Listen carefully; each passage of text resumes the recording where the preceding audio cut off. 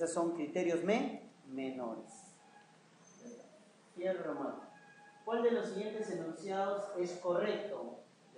El diagnóstico se establece por la presencia de poliartralgias y títulos altos de streptolicina o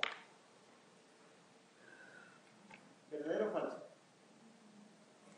Falso. ¿Cuáles son los criterios de la fiebre reumática? Criterios de Jones. ¿Cuáles son los criterios mayores? Nemotecnia, cáncer. ¿Ya? Cáncer. C de carditis, que es lo más severo. A de artritis, que es lo más frecuente. N de nódulos subcutáneos.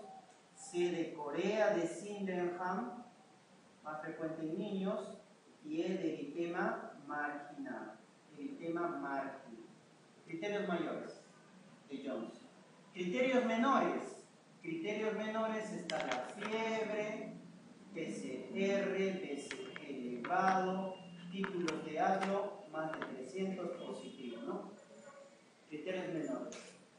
Mayores, menores. Entonces la A es falso, porque está dando puro menor. Artralgia no, artritis. Artralgia es dolor. Artritis, inflamación, sinovitis. Entonces la A es falso, porque nos piden la correcta. B. La insuficiencia mitral es el compromiso más común. ¿Cuál es lo más común? Doble lesión mitral. Estenosis, insuficiencia. Y si nos dicen una aislada, la estenosis es más común. La B es falsa. La más común es la doble lesión mitral. C. Ocurre más del 50% de los casos de laringo.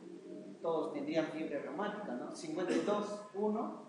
Entonces no es así. 3%.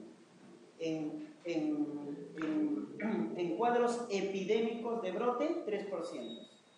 Epidémicos. Y es en casos aislados, 0.3%.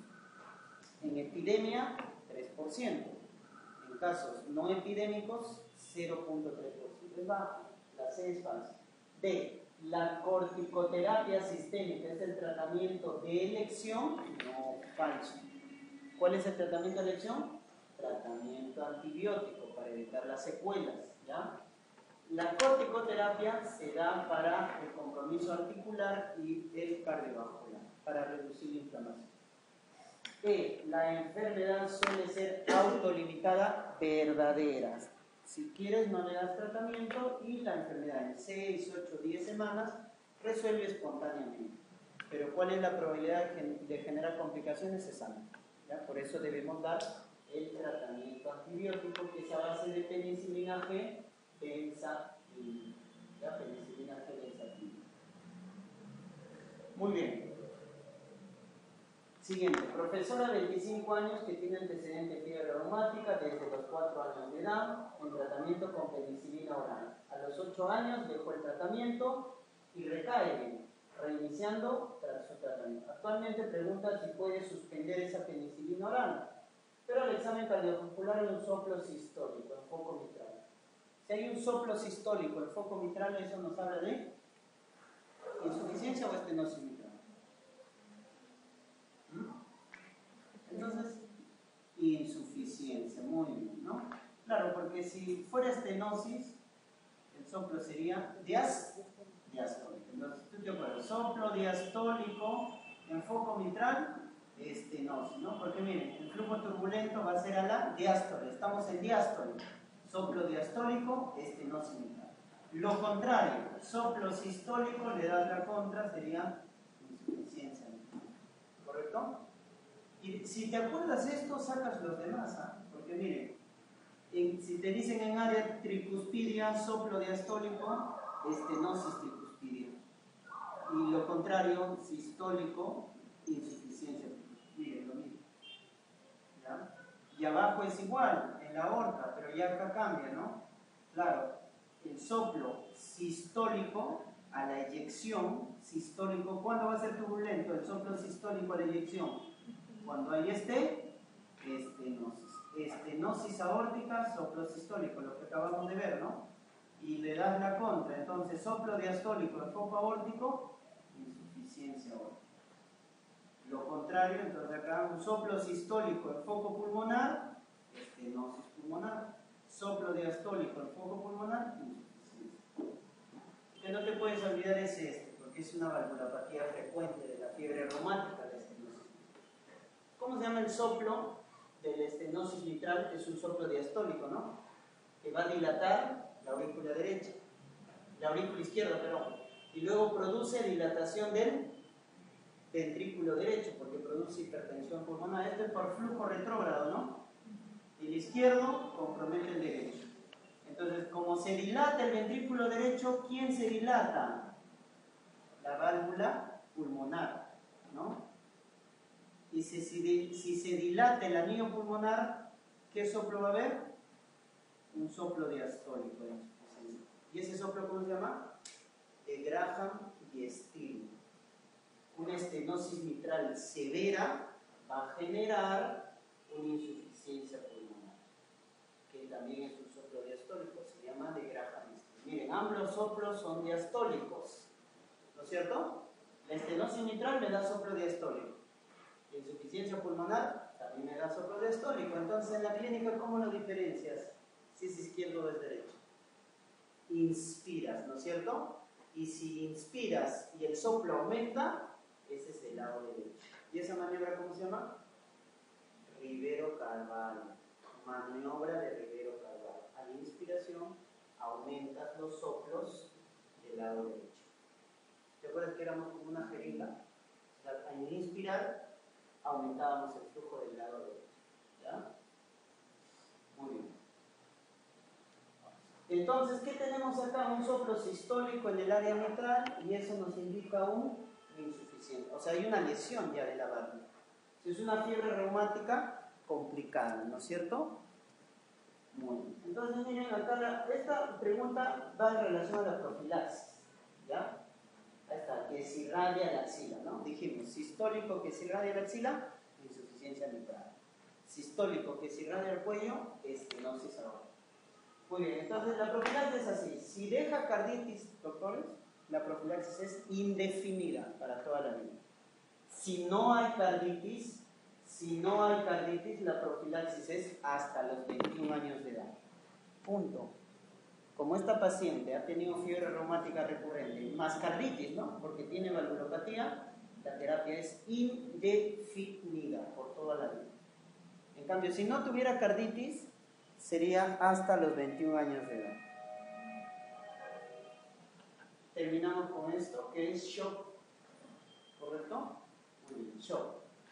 Dice, el shock hipovolémico se produce cuando la volemia llega a un volumen de 30%. Y en hemorragia digestiva, perder 30% es hemorragia de grado 3. Grado 3. Grado 4 es cuando ya pierdes más del 40%. ¿Ya? Muy bien. Grado 3. La siguiente. El shock séptico es de tipo distributivo. El anafiláctico y el séptico es distributivo. ¿Qué bacterias producen más sepsis? ¿Negativas o positivas? Negativas, por el lipopolisacárido, que induce respuesta por citocina, ¿no? La primera en desencadenar toda la respuesta inflamatoria, ¿no? El CIRS, el famoso CIRS, es el factor de necrosis tumoral. Luego viene la interleuquina 1, luego viene la interleuquina 6 y 8. Pero el primero es el factor de necrosis tumoral. Muy bien. Las alteraciones de la presión venosa central y la resistencia vascular periférica o sistémica en el shock cardiogénico son. Entonces, esto parece mentira fácil, pero a veces nos confundimos. Entonces, hay que tener cuál es el perfil hemodinámico, ¿no? Y un paciente con shock cardiogénico, shock obstructivo, shock distributivo y shock hipovolémico. Shock hipovolémico, hemorragia, ¿no? Sangrado. Cardiogénico, infarto. Obstructivo, tromboembolismo pulmonar, neumotoras a tensión, ¿correcto? Obstructivo. Taponamiento cardíaco, también obstructivo. Distributivo, sepsis y anafilaxia. Distributivo. Ya está. ¿Cuáles son mis patrones? Mi patrón es el gasto cardíaco, la resistencia vascular sistémica, la presión venosa central, ¿correcto? Ya está. Muy bien, ¿cómo está el gasto cardíaco? Obviamente en todos el gasto cardíaco está bajo, excepto en quién? Distributivo.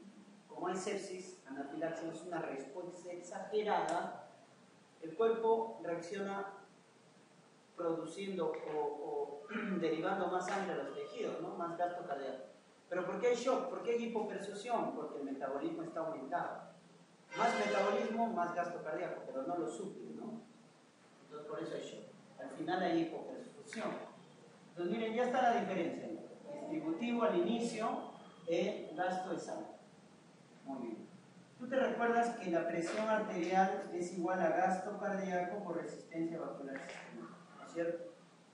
¿Qué pasa si de estos tres baja el gasto? Para que tú conserves la presión, ¿qué debes hacer con la resistencia? Aumentarla, porque son inversas, ¿no? Multiplicaciones inversamente proporcionales. Entonces aquí es aumentar, aumentar, aumentar. ¿Y acá qué será? ¿Por qué? Porque no te olvides que en la sepsis, la anafilaxia, hay una vasodilatación generalizada. Como hay una vasodilatación, la resistencia vascular sistémica baja. En cambio, en todos los demás hay vasoconstricción. Por eso aumenta. Muy bien. Entonces, el distributivo ya lo tenemos diferenciado. Nos faltan los demás. Pero los demás lo vamos a por la presión venosa central.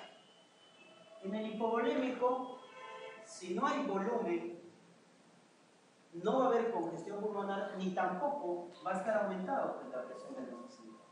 ¿No es cierto? Entonces, ¿cómo va a estar la presión venosa central en el hipovolémico? Bajo. Porque no hay volumen. En cambio, en el cardiogénico va a estar aumentado, ¿no? ¿Te acuerdas? Paciente que tiene una falla cardíaca, entonces va a haber incurgitación yugular, ¿no? Presión venosa central, criterio mayor de falla cardíaca, shock cardiogénico, Forrester 3, Forrester 4, Kili 4. Y en el shock obstructivo también la presión venosa, incluso más, signo de Kussmaul, pericarditis constrictiva, etc. Va a estar más aumentada. ¿Ya? Entonces, eso es la diferencia. Entonces, y ahora ya tenemos la diferencia con el hipovolémico, ¿no? Porque en el hipovolémico la presión venosa central está baja. Entonces, ¿y cómo diferencio el cardiogénico del obstructivo? Con la presión capilar pulmonar. ¿Ya? En el cardiogénico, muchas veces esta presión va a estar aumentada, por eso en el cardiogénico se produce edema agudo del pulmón. En cambio, en el shock obstructivo, taponamiento, generalmente no hay congestión pulmonar. ¿Ya? No hay congestión pulmonar. ¿Ya? Por eso cuando yo te decía, ¿no? Tienes un paciente que tiene hipotensión y tiene incurgitación yugular, pero no hay congestión pulmonar, no hay edema de pulmón, postinfarto, sospechas taponamiento cardíaco, ¿no? O infarto de ventrículo derecho, raro. Más taponamiento cardíaco.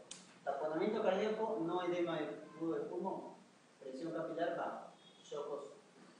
Ya de esa manera, con estos parámetros razonando diferencias. Entonces te preguntan, ¿no? ¿Cuáles son las variantes en el shock cardiogénico con respecto a tu PVC y a la resistencia?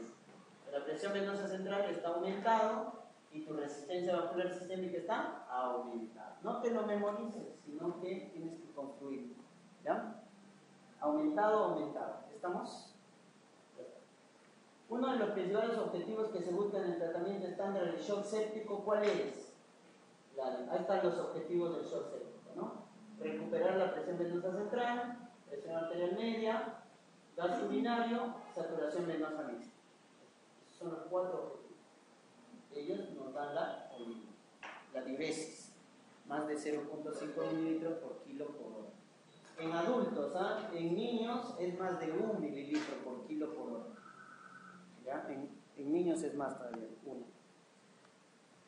Paciente que ingresa con fiebre, ictericia, síntomas urinarios, o sea, ya hay compromiso de órgano blanco, ¿no? Ictericia, falla hepática, síntomas urinarios, oliguria, ¿no es cierto? Hipotensión, etc. Plaquetopenia, signo de sepsis, pero que mejora con fluidos. Si mejora con fluidos, eso se llama Sepsis severa. ¿Por qué sepsis severa? Porque compromete al órgano blanco y responde a fluidos. ¿Qué pasa si responde a fluidos o daña órgano blanco pero no responde a fluidos? Shock séptico. Pero el shock séptico responde ¿a qué? A aminas, dobutamina, la elección. Dopamina. Y si no responde a fluidos, si no responde a aminas, eso ya es falla multiorgánica. ¿Correcto? Entonces esas tres definiciones debe recordar. Si un niño de 8 años de edad hace un shock anafiláctico, el tratamiento es, si es anafiláctico, el tratamiento es epinefrina. Epinefrina. ¿Ya? No se olviden que la ampolla de epinefrina, ¿de cuánto viene? De 1 mililitro. Contiene 1 miligramo en una dilución de 1 sobre litro. ¿Ya? Esa es la ampolla de la epinefrina o adrenalina. ¿Cuánto de esto damos en el shock anafiláctico? 0.4 mililitros. O lo mismo decir 0.4 miligramos. Pero por día subcutáneo. Podemos dar 1 o 2 dosis. Si no responde o el shock anafiláctico es severo, utilizamos la vía endovenosa. Pero para utilizar la vía endovenosa, ¿qué tenemos que hacer con la epinefrina? La tenemos que diluir. Le agregamos 9 centímetros de suero fisiológico porque la dilución debe estar en 1 sobre 10. Como en el RCP, ¿no? Utilizamos epinefrina endovenosa, pero para obtener esa dilución, agarramos nuestra ampollita y le echamos 9 mililitros de suero fisiológico. Entonces ya tenemos esta dilución. ¿Ya? ¿Y cuánto le vamos a dar? Lo mismo, 0.4 miligramos. Pero como lo has diluido, ya no le vas a dar 0.4 mililitros, sino 4 mililitros. Mira la diferencia. ¿Ya? Muy bien.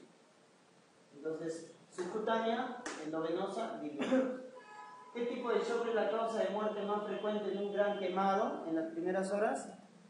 Tercer espacio, pérdida de fluidos, extravasación de fluidos, es lo que va a producir ese shock hipovolémico. Después produce shock séptico, ¿no? Infección. Un gran quemado, ¿no? Cuando tienen más del 20% de superficie corporal total quemada. Quemadura grado 2, grado 3. Varón de 70 años de edad con antecedente, cardiopatía isquémica que presente bruscamente dolor precordial y pérdida de conocimiento. Al examen, hipotenusia. Se diagnostica shock adrenal. El tratamiento de elección es dobutamina. Y en séptico, mejor es dopamina. Paciente varón de 30 años de edad, sufre accidente de tránsito, presente hematocrito bajo, shock hipovolémico. ¿Qué fluido debe administrarse? De entrada a cualquier tipo de shock, es el shock. ¿Qué fluido? Cristaloide, suero fisiológico, 0.9%. ¿Ya? Y en segundo lugar, acá en este paciente, como el hematocrito está bajo, ¿no? 20%, 21 entre 3 sería 7, ¿no? Menos de 7 de hemoglobina aproximadamente, paquete globular. No te olvides, transfusión de paquete globular, shock hipovolémico de tipo hemorrágico como hemoglobina menos de 7. Ahí transfundimos paquetes globulares, ¿ya? Paquetes globulares. La clase es hasta las 9, ¿no? Entonces, ¿hasta dónde avancemos? Porque tenemos la próxima semana. Muy bien. Gastro. Muy bien, entonces con eso hemos revisado la parte de cardiología. Ya ahora vamos a entrar con gastroenterología. Bien, comenzamos con patología de esófago. Entonces, acá en esófago, como en la mayoría de los trastornos o síndromes, también te debes acordar de los síntomas cardinales, ¿no? Entonces, vamos a ver qué dicen las teorías. Mujer de 38 años consulta por dolor epigástrico, ¿correcto? Que se irradia al área external, ascendente, con eructos y pirosis. Acá está el síntoma cardinal. Al examen, congestión faríngea y dolor epigástrico. ¿Cuál es el diagnóstico más probable? Reflujo gastro. Muy bien, reflujo gastro. Eso. No se olvides que el síntoma más frecuente del ERGE es la pirosis, el más frecuente. Y el más sensible, o el más específico, perdón, la regurgitación. ¿Ya? Esa es la clínica típica de, ¿no? Fácil. Te llega un paciente joven, 20, 40 años, te dicen, doctor, tengo ardor, pirosis, fácil, reflujo. Pero muchas veces no te viene por eso, te viene por faringitis crónica, asma no controlada, neumonía a repetición.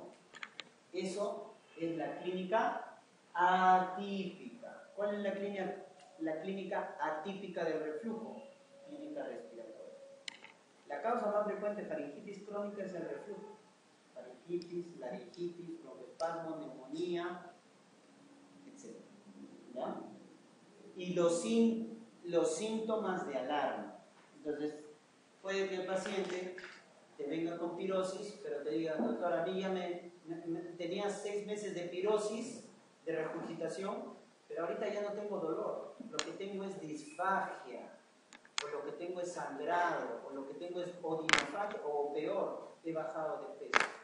Entonces, esto lo que está de negrito son los síntomas de alarma. Entonces, miren, ¿cuál es la clínica típica? Pirosis y regurgitación. Si yo tengo clínica típica, ¿qué debo solicitar si quiero confirmar mi reflujo? PH-metría, porque es el gol estándar. Y si tengo clínica o signos de alarma, ¿qué debo solicitar? Endoscopía digestiva. Entonces, así nos acordamos los exámenes auxiliares. Si tengo clínica típica, ahí acabó, tu diagnóstico es clínico. Si la clínica es atípica, pH-metría. Si es reflujo ácido, si es reflujo alcalino, impedanciometría. Y si la clínica es de síntomas de alarma, porque si te dice disfagia, ¿qué te está diciendo? Que hay una estenosis péptica. Si te dice que hay odinofagia, esofagitis. Si hay sangrado, úlceras. Si hay pérdida de peso, esófago de Barrett, o en el peor de los casos, ya un adenocarcinoma de esófago. ¿Ya? Entonces, cuando hay síntomas de alarma, endoscopía digestiva.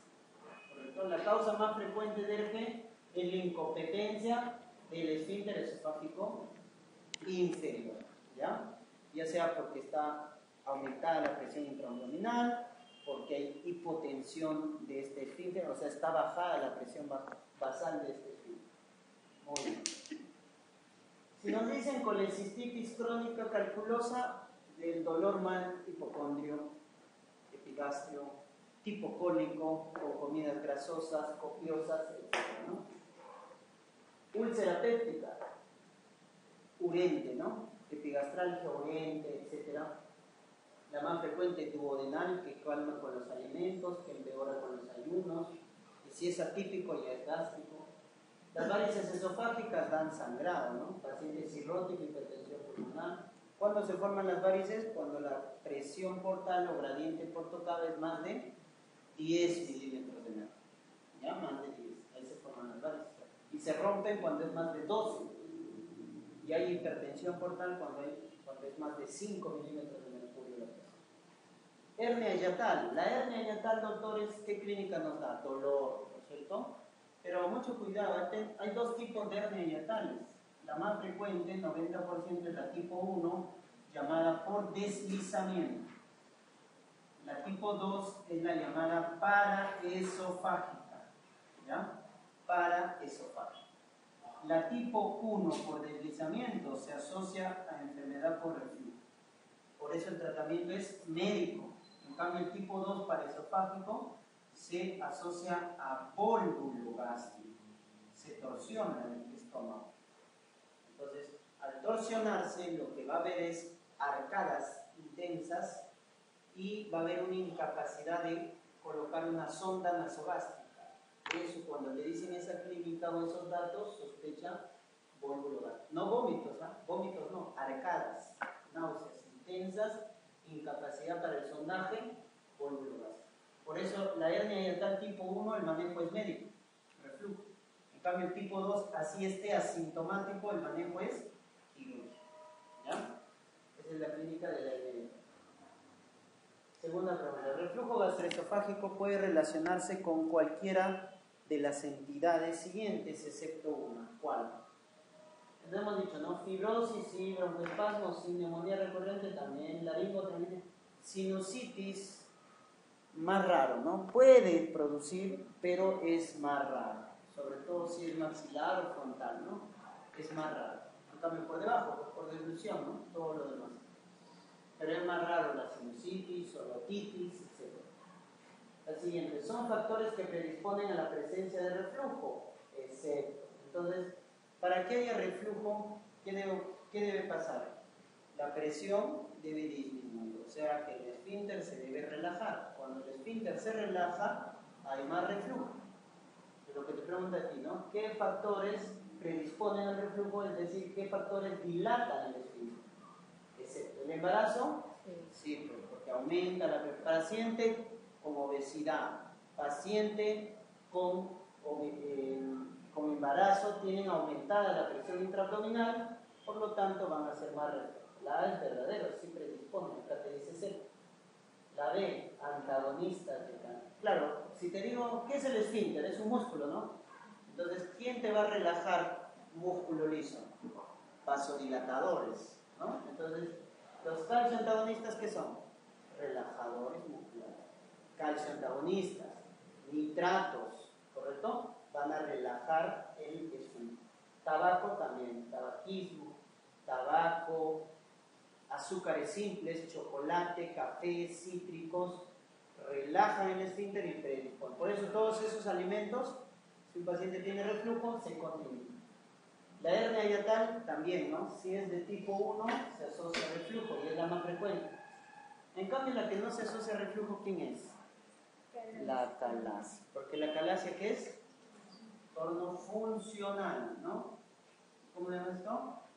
Pico de pájaro, punta de lápiz. Al esofagograma varincado nos da esto. ¿Y qué significa eso? Que hay una aperistalsis. Bueno, hay grados, ¿no? Pero lo característico es que hay una aperistalsis del cuerpo del esófago y una hipertonía del esfínter esofágico inferior. Hipertonía. Por eso la clínica fundamental de la calasia, ¿cuál es? Disfagia baja, disfagia más regurgitación. Si tengo regurgitación más disfagia, acalasia. Si tengo regurgitación más pirosis, reflujo. ¿Ya? Pero es un síntoma cardinal acá en la disfagia, ¿no? La disfagia te da un algoritmo, no sé si está por ahí, pero debemos recordar, ¿no? La disfagia, recuerden que es la dificultad a la paso, a la dilución, ¿no? De los alimentos. Si duele, ya es odinopatía. Entonces, la primera pregunta es ¿alta o baja? Disfagia alta es la llamada orofaringia, ¿no? Es la que se queda acá. La disfagia alta, yo debo sospechar dos patologías. El divertículo de Zenker, cuando me dice disfagia alta más halitosis. Disfagia alta más halitosis, divertículo de Zenker. Disfagia alta en una mujer asociada a anemia ferropénica más glositis, eso es síndrome de Plummer-Vinson. También se debe a membranas, ¿no? Membranas eso, en la parte esofágica superior asociada a anemia ferropénica y glositis, síndrome de Plummer-Vinson. Ya está. Alta me debo recordar de eso. Acá está la gran diferencial, disfagia baja. La disfagia baja, lo que debemos preguntar es si es un trastorno mecánico, o sea orgánico, o es un trastorno motor, funcional. ¿Cuándo la disfagia va a ser motora, funcional? Cuando la disfagia es igual, tanto para sólidos como para líquidos. Es igual. Doctor, a mí tengo dificultad para pasar los alimentos, tanto cuando tomo líquido como sólido. Entonces eso es funcional, motor, quiere decir que no hay peristalsis. En cambio, si te dice que es más dificultoso lo sólido más que lo líquido, eso es mecánico o orgánico. Muy bien. Entonces, de las causas motoras, no te debes olvidar de estas tres patologías. A la cabeza, acalasia. Segundo, esclerodermia, reumatología, ¿no? Tercero, espasmo difuso del esófago. Muy bien. La calasia te tiene que decir disfagia motora funcional, ¿no es cierto? Igual para sólidos, para líquidos, más, dijimos, regurgitación. También por ahí puede decirte también baja de peso, más frecuente en las noches. Esclerodermia, disfagia funcional, pero más pirosis, porque hay reflujo, ¿ya? Más pirosis, pero es una disfagia funcional, ¿ya? Porque si fuera una disfagia mecánica más pirosis, ¿qué sería? La enfermedad de reflujo. La disfagia funcional más pirosis es esclerodermia. Y si es una disfagia funcional, pero en la cual predomina el dolor torácico intenso, ya sea porque consumió alimentos fríos o calientes, ese es el espasmo difuso del esófago, ¿ya? La radiografía del esófago contrastado nos dice, ¿no? Punta de lápiz o punta pico de pájaro, ¿no es cierto? Y acá también en el espasmo no te voy a decir en forma de sacacorcho, ¿no? Sacacorcho, ¿ya? Muy bien. La otra característica del espasmo es una disfagia intermitente. ¿Cómo es eso? A veces sí, a veces no. En cambio, en la esclerodermia y la calasia es continuo, siempre, ¿ya? Muy bien. Y si es mecánico, doctores, si es mecánico, también 3 patologías, ¿ya? Tenemos la estenosis péptica, que se debe a ¿qué? A reflujo. Reflujo. Entonces tendré una disfagia mecánica más pirosis. ¿Qué es eso? Reflujo o estenosis péptica. Que se ha complicado, porque he hecho una estenosis. ¿Quién también tenemos acá? Tenemos los anillos esofágicos. El famoso anillo esofágico inferior, el anillo de Schatzky, ¿no es cierto? Bueno, no me acuerdo cómo se escribe, creo que es así, algo así. Schatzky, ¿no? Anillo de Schatzky. Anillo esofágico inferior. Y lo último, que si te dice disfagia mecánica y el paciente tiene anemia, baja de peso, eso es cáncer, ¿ya? Muy bien. El cáncer de esófago más frecuente es el epidermoide. No, para borrar. ¿Ya? El cáncer de esófago más frecuente es el epidermoide. Ay, lo voy a mandar. Tercio medio, ¿ya? Muy bien. Entonces hay un algoritmo que tienen que tenerlo presente, ¿ya? ¿Qué es el esófago de Barrett, doctores? Es un epitelio ¿de qué tipo? Ya. Cambió, ¿no? Cilíndrico. Cilíndrico metaplásico, que reemplaza el epitelio escamoso de la porción distal del esófago. Claro, el esófago tiene epitelio escamoso. Como hay bastante reflujo ácido, cambia a un cilíndrico del estómago intestinal. Cilíndrico intestinal. Cilíndrico con glándulas, o sea, es un cilíndrico intestinal el esófago de Barrett, ¿ya? Para protegerse del ácido. El reflujo gastroesofágico crónico, ¿qué puede producir? Esófago de Barrett, el reflujo crónico produce. Diagnóstico es con biopsia, la cual vamos a ver metaplasia. Pero más que metaplasia, lo que nos importa, que nos informe el patólogo es la displasia. Porque aquí, bueno, si te dice esófago de Barrett, es una lesión premaligna, pero si te dice esófago de Barrett más displasia, ya me asusto. Leve, moderada o severa. Y si es displasia severa, es como el cáncer del esófago. Y el manejo es quirúrgico. Displasia severa en un esófago de Barrett, igual cáncer de esófago. Y el tratamiento es quirúrgico, como un cáncer. Siguiente, varón que presenta vinagreras, pirosis, tos crónica, ronquera, aleroscopía, rigidez y úlcera. ¿Cuál es el diagnóstico más probable? El reflujo, ¿no? Pirosis, que ya tiene larga data, que ha producido rigidez y úlcera, y un reflujo con estas características es crónico. ¿Quién de estas causas nos habla de reflujo crónico? De esófago de Barrett, ¿no? De esófago de Barrett. Y lo mismo, ¿qué es esófago de Barrett? Es una metaplasia columnar intestinal por irritación crónica del reflujo. Con esto acabamos. En la enfermedad por reflujo gastroesofágico, con esofagitis moderada o intensa, el fármaco de elección, siempre hemos dicho, el tratamiento de elección son los inhibidores de bomba de Proton. Para dosis doble, o sea, por ejemplo, omeprazol 20 miligramos cada 12, ¿no es cierto? O a más dosis, dependiendo de cómo está el control de la clínica, ¿correcto? Y por más tiempo. Muy bien. Siempre que predomina la pirosis en el reflujo, omeprazol. Pero si predomina la regurgitación, mejor son los prokinéticos, la metoclopramida. ¿Ya? Enfermo diagnosticado hace 8 años de hernia hiatal y esofagitis con esófago. Si tengo una hernia hiatal y esófago de Barrett, ¿qué tipo de hernia hiatal es? Tipo 1, por deslizamiento, la más frecuente.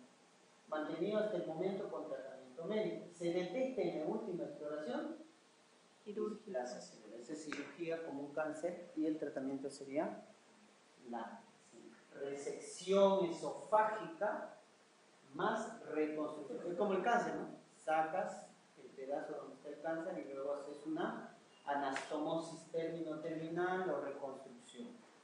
A veces utilizan colon, ¿no? Para reconstruir el esófago. ¿Cuál de los siguientes hechos reduce la presión del estímulo? Si reduce la presión, quiere decir que lo va a relajar, predisponiendo al reflujo. Entonces eso se produce ¿con qué? Con la dieta grasa, ¿no? Por eso pacientes que sufren de reflujo, contraindicado la dieta grasa, azúcares simples, cítricos, tabaco, alcohol, todo eso, porque lo que va a hacer es relajar, reducir la presión y predisponer. Todo lo demás, por el contrario, aumenta la presión, evita. Bien, doctores, ahí nos vamos a quedar.